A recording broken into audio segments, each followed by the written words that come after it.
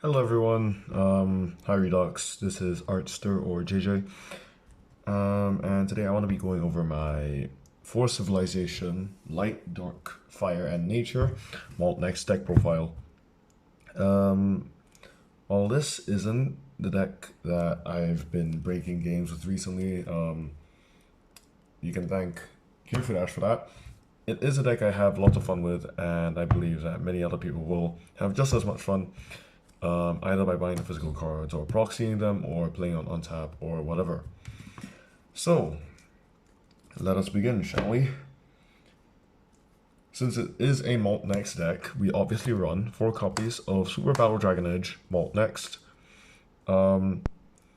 This is our main finisher for the deck and comes into play mostly with 2 drag cards, that being Heartburn and Buttereye Heart. Now, I won't really talk too much about drag cards until we actually reach the hyperspatial zone, but for now, keep those 2 names in mind. So, 4 copies of him. We also run, for those of you who don't know his effect states that he is a 7 mana, 9,000 power double breaker. Fire of course, with the effects of Mana Arms 5, put a Fire Drag Heart that costs 5 or less into the battle zone, and Dragon Mana Arms 5, whenever this creature attacks for the first time in the turn, if you have 5 or more dragon cards in your mana zone, untap it after the attack. So it bypasses shield triggers like Holy Awe or Holy Flash Guardian. And I will talk more about why the untap effect is so darn powerful when we get to the hyperspatial zone. So first off, 4 copies of him. Next up, we run our secondary finisher, 4 copies of Final Dragon Age Glenmalt. This is the second biggest final boss incarnation of Glenmalt we've gotten. And he is a light, fire, dark creature with 6,000 plus power, and the following effects. He has 1 speed attacker, 2 powered breaker, which states that for every 6,000 power, he breaks an additional shield, which will come into play with that 6,000 plus power in a minute. So at base, he starts off with double breaker. Whenever he enters the battle zone or at the start of each of your turns, you can put a drag card that costs 5 or less and shares a civilization in your mana zone instead of battle zone. Do take note that it specifies weapons, so you cannot put drag card fortresses or drag card creatures in the battle zone directly with him. And whenever he would leave the battle zone, you can choose to remove one of your drag cards and return it to the hyperspatial zone instead. And lastly, for every drag card in the battle zone that you control, he gains plus 3,000 power. So he gets progressively stronger with every drag card you put into the battle zone. So if you let him live for just even 1 or 2 turns, he already snowballs really, really massively. So he's a massive threat that the opponent needs to get rid of. And in addition to that, the fact that he can also prevent his own removal by sacrificing those drag cards is also a huge plus to his strength, because it makes him a very, very difficult card to get rid of. So 4 copies of him. Now, you might be wondering, well, those are 2 really nice 7 mana creatures, but how do we get them out effectively and quickly? For that, we run 4 copies of Lightning Dragon Vivarius. Vivarius is a 8 mana light fire creature with 11,000 power, and the following effects. Double breaker, speed attacker. Whenever this creature, at the end of the battle that this creature attacked, you may add the top card of your deck into your shield. Magic Bomber 7, which, for those of you who don't know, is an effect that lets you check the top card of your deck whenever this creature attacks.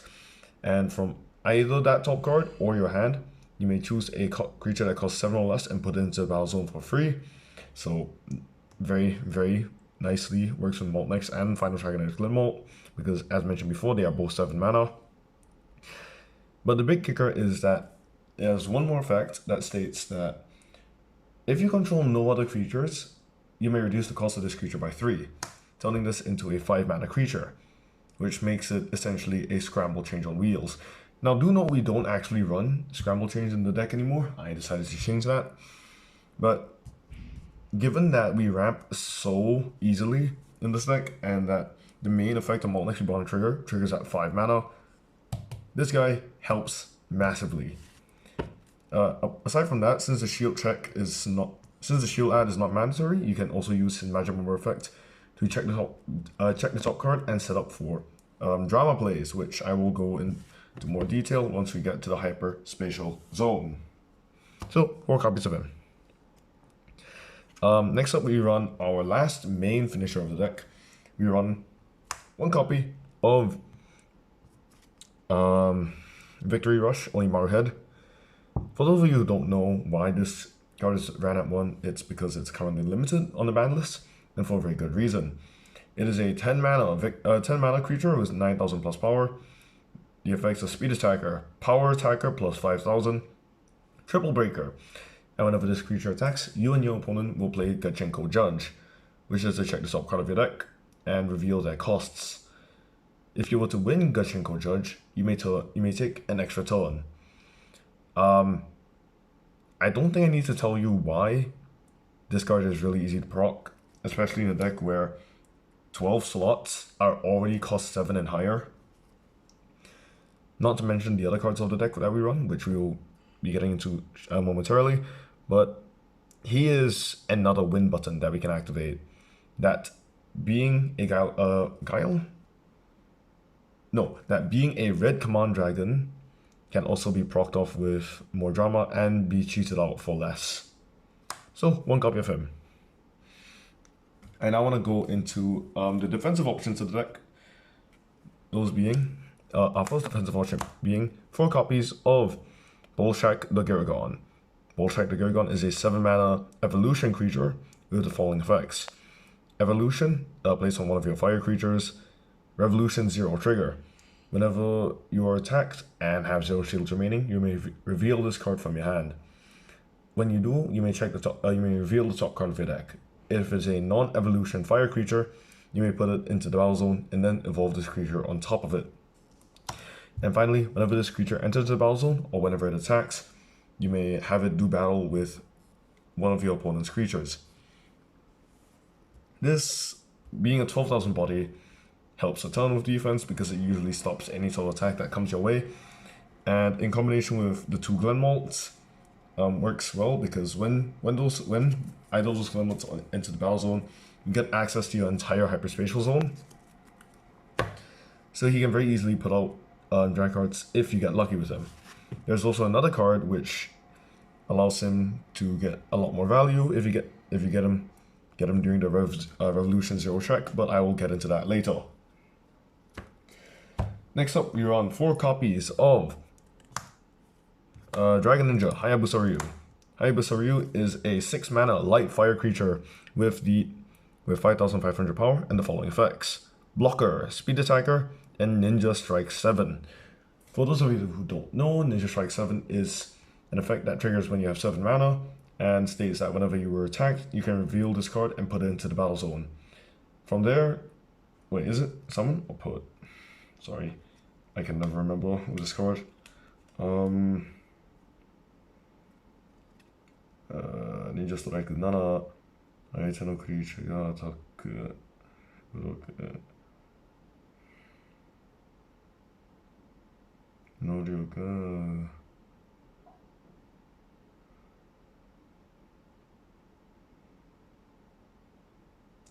I can't find Shinka, not Shinka, Shokan. So I'm pretty sure it just means put into the battle zone via Ninja Strike. But when you do, you can just use it to block the attack, so just another blocker for the deck that also serves as a command dragon. So very nice card to have. Also adds light mana to the mana pool. Next up, we run 4 copies of Explosive Ruins Shishio Kaiser. Shishio Kaiser is a 6 mana fire nature creature with the effects of Shield Trigger. And whenever this creature enters the battle zone, you may add the top card of your deck into your mana zone. Then there's a speck of dirt in there. But you may add the top card of your deck into your mana zone. And then from there, if you have 3 or more dragons in your mana zone, you may choose to destroy one of your opponent's creatures that has 3,000 power or less. So it's ramp while providing some weenie destruction Not much to say, but it's pretty nice. Next up, we run 4 copies of Cold King Mozart. Cold King Mozart is a 11 mana fire, dark, and nature creature with 17,000 power and the following effects. Triple Breaker. Whenever this creature enters the battle zone, destroy all non-dragon creatures, and lastly, your opponent's dragons cannot attack you. Yeah, not much to say. It's a lockdown on all dragon decks, and for non-dragon decks, it's a board wipe. And this deck has such an easy time cheating out fatties like him that we might as well play 4 just to increase the chances of getting into him. So yeah, 4 of him. And our last defensive option, we run 3 copies of Battle Cross Battle Passion Dragon. This is a 8 mana fire creature with 7,000 power and the following effects. Shield Trigger, Double Breaker. Whenever this creature enters the battle zone, you may have it force battle with one of your opponent's creatures. And if it was played during your opponent's turn, you have to send it to the bottom of your deck at the end of your turn. So this was the other really good card that I said works in tandem with Bullstrike the Gargon, because with it you get 2 force battles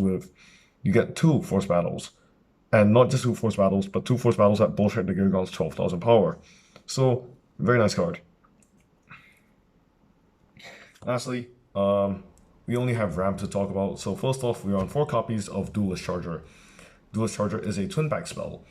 The creature side being Bullstrike Dragon, which I'm sure many people are familiar with, and the spell side being a 3 mana spell with the effect of revealing the top 3 cards of your deck, adding all cards with Bullstrike in their name into your hand, and sending the rest to the bottom of the deck. And of course, since it's a charger, it goes to your mana zone. The main reason we play this, aside from the fact that it ramps, is that its creature half is Bullstrike Dragon, which is a dragon and helps satisfy MaltNEXT's Mana Arms effect. And lastly, the last card that no dragon deck can go without, we run 4 copies of Mendelssohn. Mendelssohn is a 2 mana fire nature spell with the effect that when played, you may reveal the top 2 cards of your deck, and if they are dragons, you may and you can then add all dragons revealed into your mana zone tapped and all non-dragons into your graveyard.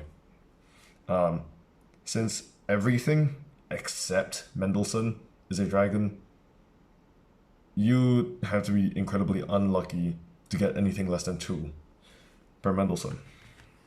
So yeah, that was the main deck. General game plan wise, it's really simple. You use Mendelssohn, you use Duelist Charger. After you hit 5 mana, you play Vivarius. From Vivarius, you either play Glenmalt or MaltNEXT, and just keep winning from there. But I will now move on to the topic of drag cards, because what good are Glenmalt and MaltNEXT if they don't have any nice drag cards to bring out? The first drag card I want to be talking about is Buttereye. While the Buttereye sword form is pretty good, the reason we play Buttereye is not for its sword form, rather its fortress form. Because its fortress form, Buttereye Keep, is a 5 mana fire drag card fortress with the effect that it grants all of your creatures the effect of whenever they attack, you may reveal the top card of your deck. If it is a dragon, you may put it into the battle zone for no cost. Same thing, and yeah, that's it. That's the entire reason we play this card. It helps shit out dragons. Sorry, pardon me for my language, but it helps you spam out dragons like no other. And once again, since the only non-dragon in the deck is Mendelssohn, more often than not, you will be getting a free dragon off of this. It could be something as deadly as a MaltNEXT, Farm Dragon Edge, a Vivarius, or a Cold King Mozart, or it could just be something that helps you extend your plays, such as like maybe Shishio Kaiser. Really, the only drawback of this card is that it does not let you cheat out non-evolution dragons, but cheating out a Bullstrike the Gargon would kind of be a bit unfair. So, fair enough. We don't really need to talk about drag solution requirement because we play it for the option to go of it. We don't really actually want to go into it too often. but it is still a very, very nice option to have when we need to. And do take note that its Fortress form can only be brought up by MaltNEXT in this deck, so don't go around cheating using its Fortress form with Final Dragon Edge, because it can't even bring it out. Next up is one of the main drag cards we'll be using. One copy of Head General Fortress, Heartburn. Heartburn is a 5-cost fire drag card fortress with the effect of it grants all of your creatures speed attacker, and that whenever one of your dragons were to untap, you may then drag solve it. This is why MaltNEXT's Dragon Mana RS5 effect is so important, because you attack once, you play it, you use his Mana Arms effect to bring out Heartburn. Heartburn gives him speed attacker, he double breaks, he untaps, it triggers Heartburn's drag solution effect, and Heartburn can then drag solve into Super Battle Victory Dragon, GuyNext. GuyNext is a 10 mana fire drag card creature with 17,000 power and the following effects. It grants all your creatures speed attacker. It has triple breaker and dragon evade. So a very, very simple drag card, but when paired with MaltNEXT, after you double break, you untap, you drag solve into GuyNext. GuyNext triple breaks, that's 5 shields gone, and MaltNEXT direct attacks for game.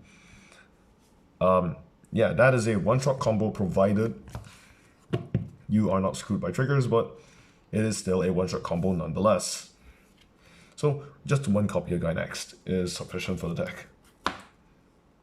What is not sufficient at one copy though is our 3 copies of Explosive King Sword, Battle Guy Heart. Battle Guy Heart is a 5-cost drag heart weapon with the effect that the equipped creature gains speed attacker, and whenever the equipped creature attacks, you may reveal the top card of your deck. If it is a dragon, you may put it into the battle zone for no cost. It's a slightly watered down version of Buttereye, but the fact that it gives it speed attacker allows it to be used by MaltNEXT with a lot more effectively. Its drag solution requirement is that whenever you were to put a dragon into the battle zone, if it wasn't the first dragon you put into the battle zone that turn, you may drag solve it. And it drag solves into Explosive King Deluxe, Battle Guy Ginga. Battle Guy Ginga is a 8-cost fire drag card creature with 12,000 power, speed attacker, triple breaker, and whenever this creature attacks, you may draw a card. Then, from your hand, you may choose a dragon and put it into the battle zone for no cost. Yeah, so he is not random drama anymore. He lets you selectively choose which targets in your hand to cheat out. You get a MaltNEXT, a Final Dragon X Malt, a Vivarius, or if you need be, a Cold King Mozart for Field Nuke. So, very nice card, 3 copies of him. Next up, we run 2 copies of Guileburn. Guileburn is a 5-cost fire drag heart with the effect that when this drag heart enters the battle zone, you may have the equipped creature force battle with one of your opponent's creatures. And while battling, the equipped creature gains plus 3,000 power. So if you were to get either MaltNEXT or Glenmalt via the effect of Bullshark the Giragon, just like Battle Cross Battle, you would be getting 2 force battles because of Guileburn's effect. And at 15,000 power too, so that's pretty nice. And its drag solution requirement is whenever you were to win a battle, if it was the second or more battle you won that turn, you may drag solve it into Gairayo. Gairayo is a 9 mana fire drag card creature with 11,000 power, speed attacker, double breaker, and whenever one of your opponent's creatures were to attack you for the first time in the turn, you can redirect the attack to this creature instead. Frankly, I don't really see myself using this creature side too often, but do note that it is an option. Having an attack redirect is still pretty nice as a defensive option, but I wouldn't say it is ideal compared to just nuking the field. Lastly, to end off our hyperspatial zone, we run 1 copy of Initial Dragon Tool. I'm just gonna gloss over the weapon side because we don't play it for the weapon side. The weapon side provides speed If the equipped creature is light, it provides blocker. If it's darkness, it provides slayer. And if it's fire, it provides, while battling, this creature gains plus 2000 power. What we really play it for is the creature side, however.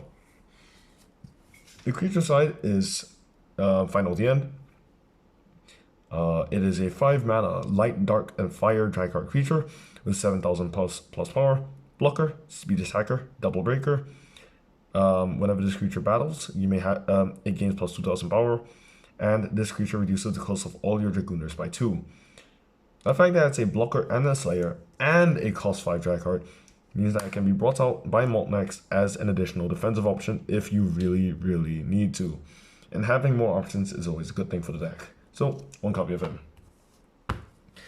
And that's really it. I don't know what to say aside from this is frankly a really simple deck. Yeah, it's really not too hard of a deck to grasp. And I really think it's one of the more fun dragon decks out there, right alongside Jackpot Entry. And I really encourage you guys to at least give the deck a try, be it in proxy form or on untap. I'm now gonna go talk about a bit of its weaknesses. While the deck is very, and I mean very powerful when it gets rolling, it is very prone to being rushed out. Common examples of being rushed out and dying really early on would be to Dragooner Rush, because Dragooner Rush is still a very strong thing in the meta, despite losing Heaven's Force. And the other currently really strong thing that's running about would be the Garagons, because the Rough Change package provides a very consistent turn 3 play that many decks can have access to, and is something that the deck really is not prepared for.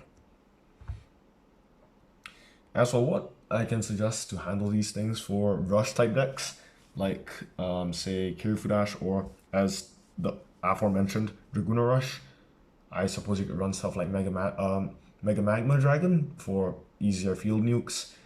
That also gets rid of Onikamas, Mixel, and the like. You could also try running Mega Mana Lock, even though it's at 1, because most of these decks tend to at least be 3 civilizations, so you can get a pretty nice lockdown on the mana if you get there in time.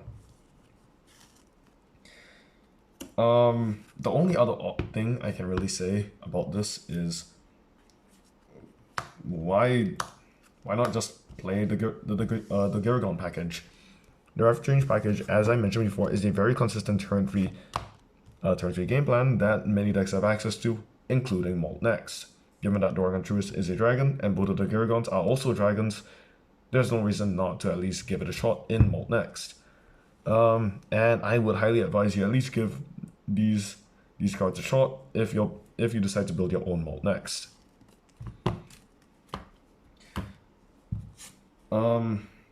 There's one last thing I would like to mention that this deck absolutely cannot defeat. This deck loses the second Cold King Mozart or Von Beethoven Zenith Ashura hits the field, because this deck has no removal for either of these creatures. And it fucking sucks. The only thing I could imagine with Cold King Mozart is getting Final Dragon's Glenmalt to proc twice to get both Gyro Burns, and then evolving both the Giragon on top of it to do a force battle with Cold King Mozart. But against Von Beethoven, this deck can do nothing. And that is why, if you do really find that sort of thing to be a truly scary option, then I recommend either one, switching to a more traditional Fire Nature MaltNEXT build using only Command Dragons and running Dormageddon X, because Dormageddon X is an excellent source of removal, providing not only Slayer but mass sealing upon deletion upon removal of all 4 of its seals. But if you don't want to be locked into only Command Dragons, I would also suggest running Dokindam X, because Dokindam X provides the same ease of sealing and removal as Dormageddon, but albeit at a much higher risk, but it does not, in fact, lock you to only command dragons. All in all, I really like this deck. And as I keep saying over and over and over, I highly recommend you guys try it out because I think MaltNEXT is probably one of the more fun deck types to play, as also seen by my MaltNEXT playmat. Yeah, but yeah, do give it a shot if you have the time.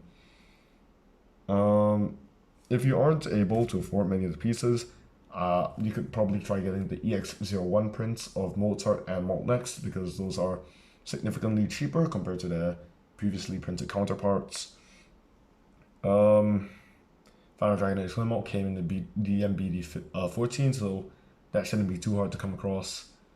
The Rev Change package was reprinted in full in DMBD 15, so that shouldn't be too hard to come across. Same thing with Duelist Charger, also in BD 15. Might be a bit expensive, but it shouldn't be hard to find. Battlecross is still a common or uncommon, I can't remember which, but it's a non-foil, shouldn't be too hard to find. Shusho Kaiser and Hayabusa Ryu shouldn't be too hard to find either because their prices aren't exactly too high, and Hayabusa Ryu just got it reprinted in BD 14. Right, Boltering the Gurgon also got reprinted in DMBD 15. So, and a lot of the drag cards that we run are in fact found in DMBD 14, with the sole exception being Heartburn. So yeah, honestly, the deck isn't hard to find, but if you're on a budget, it might not exactly be the best. So for that, I just recommend playing with proxies for now. Anywho, I really hope you guys enjoyed the deck profile because this is one of my favorite decks, and I hope everyone can see why. It is so explosive, and it is so much fun once you get a full combo going. And I really can't say much more. I hope to see you guys next time when I probably send in my Kirifudash deck profile, as many people in Redux know about it now. So yeah, so I'm just gonna sign off here, and hope you guys have a good day.